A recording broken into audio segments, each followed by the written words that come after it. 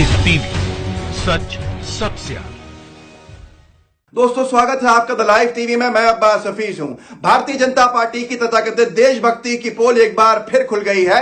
भाजपा का जिला उपाध्यक्ष छत्तीसगढ़ के दंतेवाड़ा इलाके से पकड़ा गया है। किस आरोप में, किस जुर्म में पकड़ा गया है?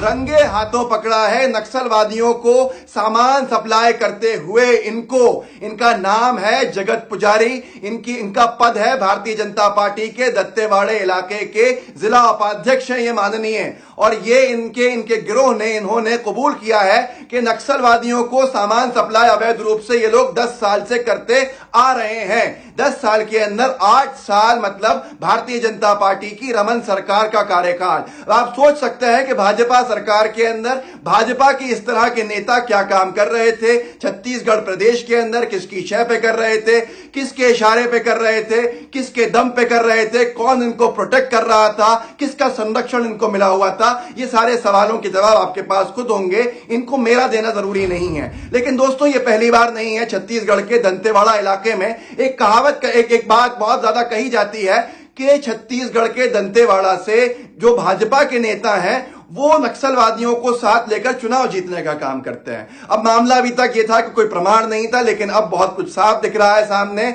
जगत पुजारी के पकड़े जाने के बाद से ये भाजपा के जिला उपाध्यक्ष हैं। दोस्तों बहुत सारी बातें हैं जिससे ये साबित होता है कि पता नहीं क्यों क्रिमिनल माइंडसेट के जितने लोग होते हैं उनको भारतीय जनता पार्टी में ही पनाह क्यों मिलती है, वो भारतीय जनता पार्टी से ही क्यों होते हैं। ये भारतीय जनता पार्टी जिसमें एक संत अटल बिहारी वाजपेयी जी जैसे गुजरे, उसमें आज ये ऐसे लोग कहां से आ गए हैं? कई तरह के सवाल खड़े करता है नई लीडरशिप के ऊपर भाजपा के। मैं आपको थोड़ा पीछे ले जाने चाहूंगा जिससे कि आपको भी समझ में आ जाएगा कि जुर्म के हर क्षेत्र में भाजपा का कोई ना कोई नेता आपको मिल जाएगा। दोस्तों बात करते हैं आतंकवाद की। जैसे नक्सलवाद है ऐसे ही आतंकवाद है। आपको याद होगा कुछ साल पहले 2017 के अंदर भारतीय जनता पार्टी के आईटी सेल के पदाधिकारी जिला उपाध्यक्ष फिर से ध्रुव सक्सेना थे जिनको पकड़ा गया था भोपाल से पाकिस्तान की आईएसआई के लिए जासूसी करने के आरोप में। अब यहां पर यह भी भारतीय जनता पार्टी के पदाधिकारी मदद किसकी कर रहे थे? पैसों के बदले में पाकिस्तान के लिए जासूसी कर रहे थे।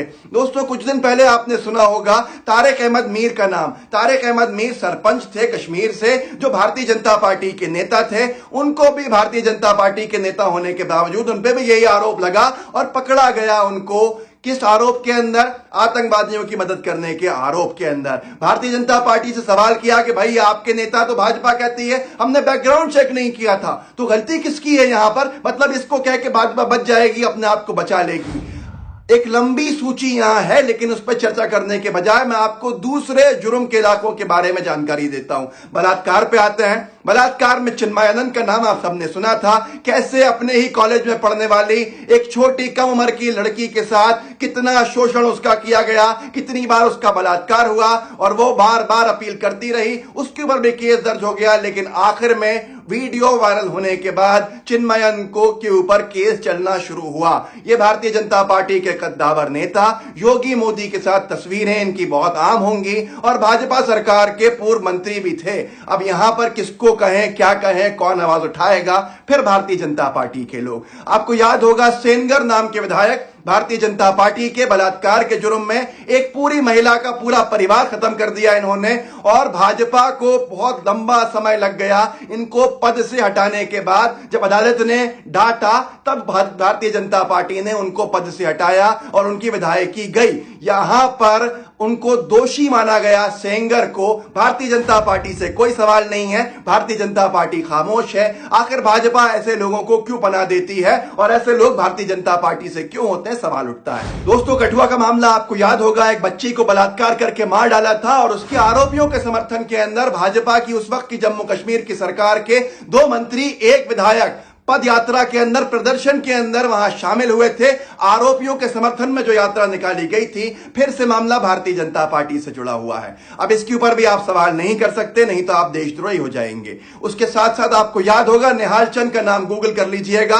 निहाल चंद भाजपा के कद्दावर नेता, कद्दावर सांसद, राजस्थान से चुनकर आए और उनके ऊपर रेप का गंभीर आरोप था। फिर भी नरेंद्र मोदी कैबिनेट के अंदर उनको मंत्री बना दिया गया। काफी आलोचना के बाद भी उनको हटाया नहीं गया। ये निहाल चंद चंद वो हैं जिनके बारे के अंदर आप जानना चाहें तो आप सर्च कर सकते हैं, आपको सारा इनका बही खाता मिल जाएगा। और यहां पर एक बात ये भी जानने की बहुत जरूरी है, जो एडीआर की रिपोर्ट में कहा गया था पिछले साल, जिसकी मैं हेडलाइन पढ़ के सुनाता हूं, महिला अपराध के आरोपियों को टिकट देने में बीजेपी सबसे आगे।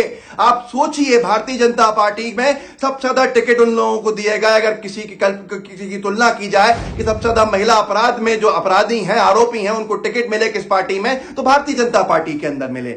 सेक्स सीडीज के बारे में आप सबको मालूम है, मैं आपको क्या बताऊं, हिमाचल प्रदेश का किस्सा आपको याद होगा। एक भाजपा के नेता और एक भाजपा की युवा नेत्री की सीडी सबके सामने आई थी और फिर भाजपा ने उनको बर्खास्त किया था। ये सब भी भारतीय जनता पार्टी से, इस पर ज्यादा चर्चा नहीं करूंगा, एक मात महिला से जुड़ी हुई है। और यहां तो सिर्फ महिलाओं की बात थी, यहां तो मध्य प्रदेश के पूर्व वित्त मंत्री शिवराज सरकार के, भाजपा सरकार के राघव जी भी आपको याद होंगे, जिन्होंने लड़कियों की जगह लड़कों को भी नहीं छोड़ा और उस जुर्म के अंदर उनकी सीडी जब बाहर आई तो खलबली मच गई और उनको दोषी भी माना गया। ऐसे कई उदाहरण हैं जो भारतीय जनता पार्टी के दिए जा सकते हैं, जिनके अंदर बहुत ज्यादा थूथू होगी। मुझे किसी की इमेज को खराब करने का कोई शौक नहीं है, लेकिन आप समझ गए होंगे कि किस तरह से यहां पर अगर आतंकवाद की बात आए तो भाजपा के कुछ लोग उसके अंदर निकल आते हैं, नक्सलवाद की बात आए तो भाजपा के कुछ लोग उसमें निकल आते हैं, रेप की बात आए तो महिला अत्याचार की बात आए तो भाजपा के लोग निकल आते हैं, सेक्स सीडी की बात आए तो भाजपा के लोग निकल आते हैं। और आतंकवाद से जुड़ी एक आखिरी बात कि भारतीय जनता पार्टी का एक पोस्टर देखने लायक है दोस्तों।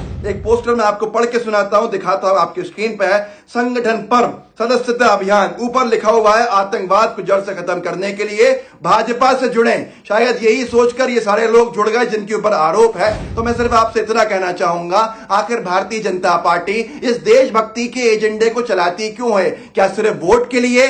क्यों फिर उसके सदस्य ऐसे निकल जाते हैं? ये सवाल पूछने का दम किसी के अंदर नहीं है, लेकिन हम एक छोटी सी कोशिश कर रहे हैं। जवाब कभी नहीं मिलने वाला, आप भी सवाल पूछिए ताकि इस पार्टी की असलियत लोगों के सामने आ सके। वीडियो को आगे बढ़ाइए, बेल आइकन को दबाइए। जय हिंद, जय भारत। लाइव टीवी, सच सबसे आगे।